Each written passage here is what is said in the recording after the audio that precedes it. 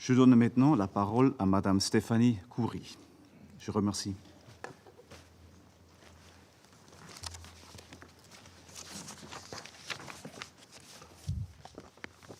Good morning. Good morning, Mr. President.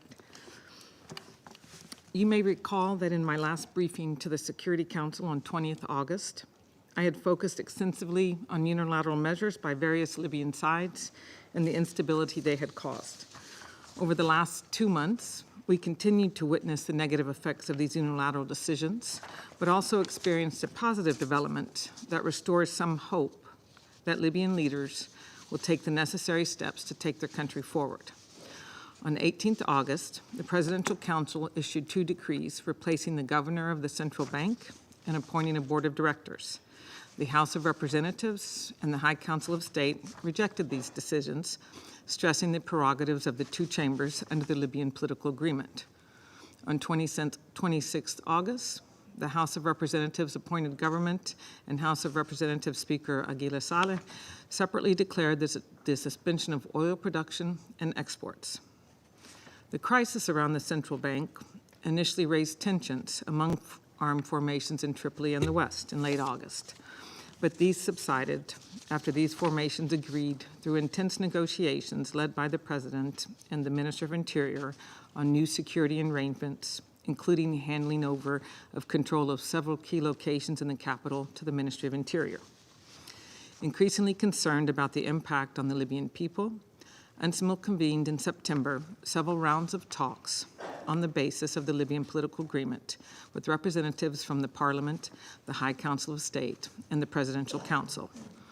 On 26 September, delegates from the House of Representatives and the High Council of State signed an agreement that included nominees for the positions of the central bank governor and deputy governor and mandated the establishment of a board of directors.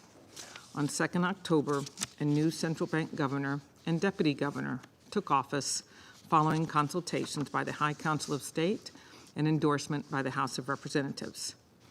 UNSMIL welcomed this outcome, which was followed on 3rd October by the National Oil Corporation announcing the lifting of the force majeure, thereby enabling the full resumption of oil operations and exports. I want to recognize the constructive engagement by the House of Representatives, the High Council of State, the Presidential Council, other Libya leaders in finding a resolution to the central bank crisis, as well as members of the international community who supported a speedy resolution. Further steps remain to be taken, starting with the appointment of the board of directors. A competent, accountable central bank leadership is essential to restoring trust among the Libyan people and credibility in the global financial system. I urge Libyan stakeholders to support this new leadership in undertaking critical monetary policy and governance-related reforms. Mr. President, these events remind of the critical importance of ensuring the independence of state institutions and the need to depoliticize the use of Libyan institutions and natural resources for political gains. They are also a stark reminder of the threat posed by unilateral actions and the need for all parties, while adhering to their respective prerogatives, to work together to find solutions in the spirit of compromise. Regrettably, other actions continue to fuel divisions. The dispute over the authority to adjudicate on constitutional matters continues. On 1 October, the Supreme Court rejected the appointment of Constitutional Court judges by the House of Representatives on 23rd September. The House of Representatives' earlier decision to revoke the mandate of the Government of National Unity and of the Presidential Council and as the Supreme Commander of the Armed Forces continues to be a source of tension. Consensus on a way forward on national reconciliation process, which remains stalled, also needs to be achieved. Mr. President, it's clear that if unilateral actions continue, they will only undermine Libya's sovereignty, plunge the country into further crisis, and distract from the task at hand, paving the way to a comprehensive political solution.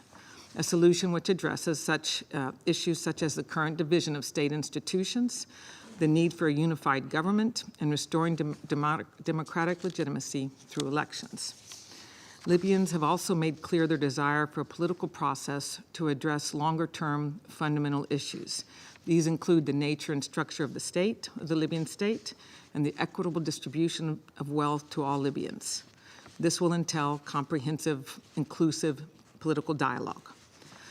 The recent events have also shown that confidence-building measures, such as ending unilateral actions or securing guarantees to commitment made, are more critical than ever to advance a productive political process.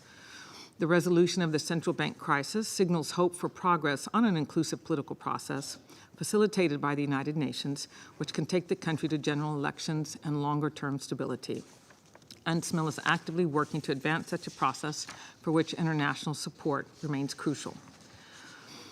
Mr. President, another destabilizing issue in Libya is the continued division within the High Council of State over the contested vote for its president held on 6th August.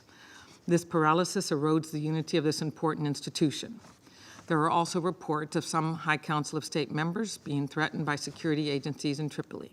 These practices undermine the independence of the institution and create an unacceptable climate of fear. I urge or call on all concerned actors to find a solution that preserves the High Council of State's unity, and UNSMIL is working to help facilitate a resolution. Mr. President, the effects of armed conflict continue to be felt by ordinary Libyans today. In August and September alone, incidents of unexploded ordnances resulted in 13 fatalities, including 2 children. Turning to the ceasefire agreement on 25th August, I met the 5+5 Joint Military Commission in CERT. I urge the Joint Military Commission to continue advancing its mandate and for Libyan authorities to overcome obstacles hindering full implementation of the ceasefire agreement. A security working group meeting in CERT due to take place later this month presents an opportunity to refocus efforts on the security track. Mr. President, on a positive note, preparations for local elections in 60 municipalities are continuing. Candidacy applications closed on 14th September with 2,389 Libyans applying, including 474 women and 393 persons with disabilities. The High National Election Commissions received feedback from national authorities on applicants' eligibility as part of the mandated vetting process, and on October 6th, published the preliminary list of candidates, kicking off the challenges and appeals phase. Elections are expected in November. Over 1,000 observers from 86 organizations have been accredited, including over 260 women. We look forward to successful local elections, an important opportunity for the Libyan people to exercise the right to choose their representatives. Mr. President, human rights violations across Libya remain alarming.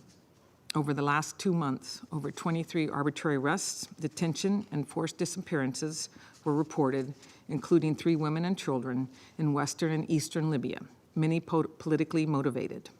UNSMIL calls for an end to all arbitrary detained individuals and for independent investigations to end impunity.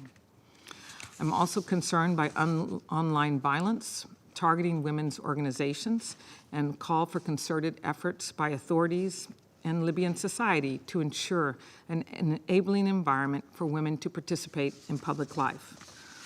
On 30th August, UNSMIL and the Office of the High Commissioner for Human Rights released a report documenting human rights violations by the Al-Qani militias in Tarhuna, including enforced disappearances, torture, arbitrary execution, forced displacement.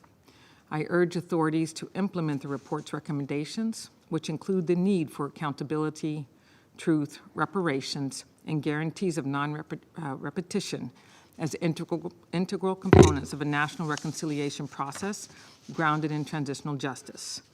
The report also underscores the urgent necessity to resume excavation and identification of mass graves to help bring closure to families.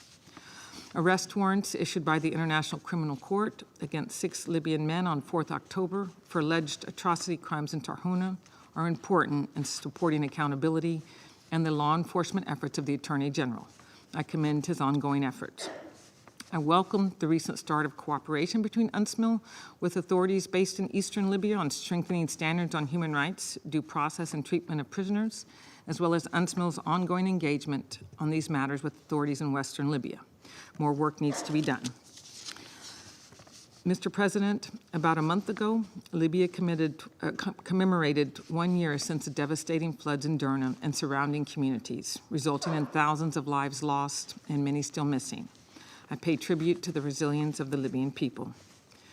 Since the start of the Sudan crisis in 2023, an estimated 98,000 Sudanese refugees have arrived in Libya.